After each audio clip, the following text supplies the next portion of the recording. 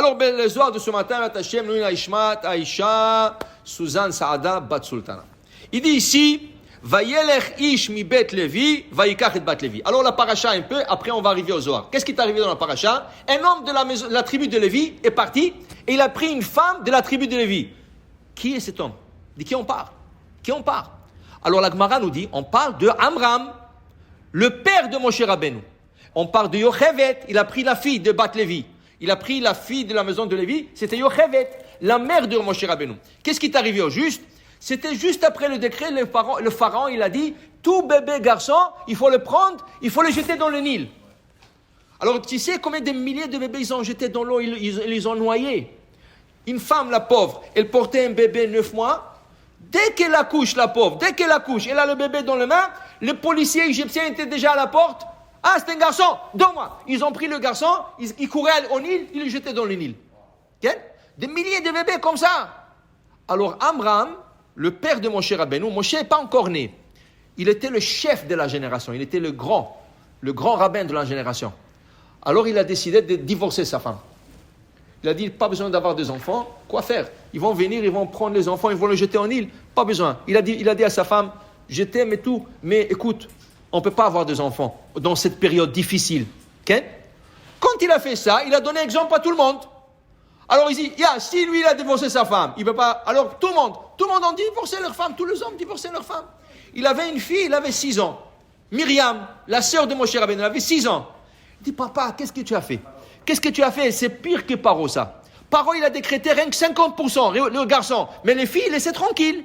Et toi, en séparant de maman, tu n'auras ni garçon ni fille, et tout le monde n'aura ni garçon ni fille. Laisse le décret à 50%. Et il lui dit, papa, tu sais, j'ai une prophétie. Elle était prophétesse à 6 ans, Myriam. C'est pour ça qu'on dit Myriam Hanevia, la prophétesse. À 6 ans, elle était prophétesse déjà. Elle dit à son père, papa, j'ai une prophétie, que tu vas retourner avec maman, et vous allez avoir un bébé qui va sauver tout l'armée Israël. Elle dit, ah oui, ok. Il a repris. Et là commence le verset. Vayelech Ish mi Bet Levi. Et un homme de la maison de Lévi est parti et il a pris la fille de Lévi. Pourquoi on ne dit pas Vayelech Amram? Dis son nom. Vayelech Amram, Vayikach et Yochevet. Il s'appelait Yochevet, il lui s'appelait Amram.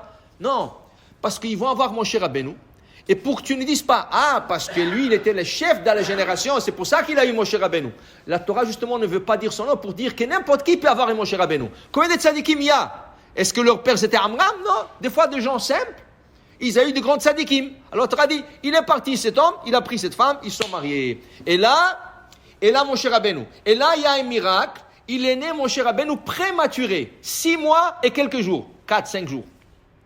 Alors, les Égyptiens attendaient 9 mois. Dès qu'ils ont vu qu'Amram, il s'est repris avec sa femme, elle dit, dans 9 mois, on va venir ici, c'est sûr qu'il y aura un bébé. Ils savaient.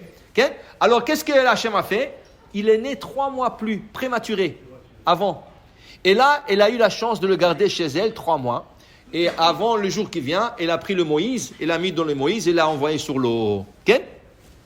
Ça, c'est l'histoire de la Torah. Regardons qu'est-ce que le Zohar nous dit ce matin. Pourquoi la Torah a dit Vaïlech Ish? Il est parti un homme de la maison de Lévi. Dit Amram, dit le Zohar, Rabbi Shimon Bar Yochai, qui se sait Ish, da Gabriel. On ne parle pas d'Amram, on parle de l'ange Gabriel. Justement, on n'a pas dit le nom d'Amram parce qu'ici on parle sur un sens caché. Et le sens caché, c'était l'ange Gabriel qui est parti. Qu'est-ce qu'il est parti? L'ange Gabriel qui t'appelait Ish, comme il est écrit dans le livre de Daniel. Va Ish Gabriel, Asheraïte Bechazon, dit le prophète Daniel. Dans ma vision, j'ai vu l'homme Gabriel. Il n'a pas dit j'ai vu l'ange Gabriel. Donc, l'ange Gabriel a le titre de l'homme. Et si la Torah dit, et l'homme est parti, quel est cet homme? C'est Gabriel. Et où est-ce qu'il est parti? Dit le Zohar, et il est parti prendre la femme. Qui est la femme? C'est la Neshama. Le Neshama d'Aki, c'est le Neshama de Moshe Rabbeinu. Pour t'enseigner, dit le Zohar, que quand il y a un tzaddik qui doit naître dans le monde, il y a l'ange Gabriel qui va dans le trésor des tzaddikim, de Neshama des tzaddikim, et il emmène une Neshama d'un tzaddik, et il l'emmène dans le corps où il doit naître. Il lui donne dans le corps où il doit naître. Et il dit ici le Zohar, et il observe cette Neshama, et il la garde jusqu'à qu'elle grandit, elle devienne tzaddik.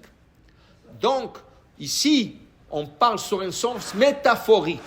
Ça veut dire qu'on parlait d'Amram et Yochevet, mais on parlait en sens caché de Gabriel, qui est parti prendre un neshama de Moshe Rabbeinu, l'emmener dans ce monde, lui a donné dans le bébé qui va naître entre Amram et Yochevet, et Moshe va naître dans la paracha. Dans Parashat Shemot, Moshe va naître, et Gabriel va le surveiller. Pourquoi? Il a été mis dans un Moïse sur l'eau. Et le Moïse peut se renverser, il peut se noyer. Qui c'est qui le garde? Oui, sa sœur regarde de loin, mais aussi Gabriel est en train de garder que rien ne lui arrive, que personne ne le touche, jusqu'à que la fille du pharaon elle va venir, elle va le prendre chez elle au palais, et c'est là que l'histoire va commencer à rouler. Moshe va grandir, il va sortir, il va aider au peuple juif. Alors pour te dire que dans chaque verset, il y a le sens simple et le sens caché derrière le verset. Baruch Adonai le'olam, Amen ve Amen.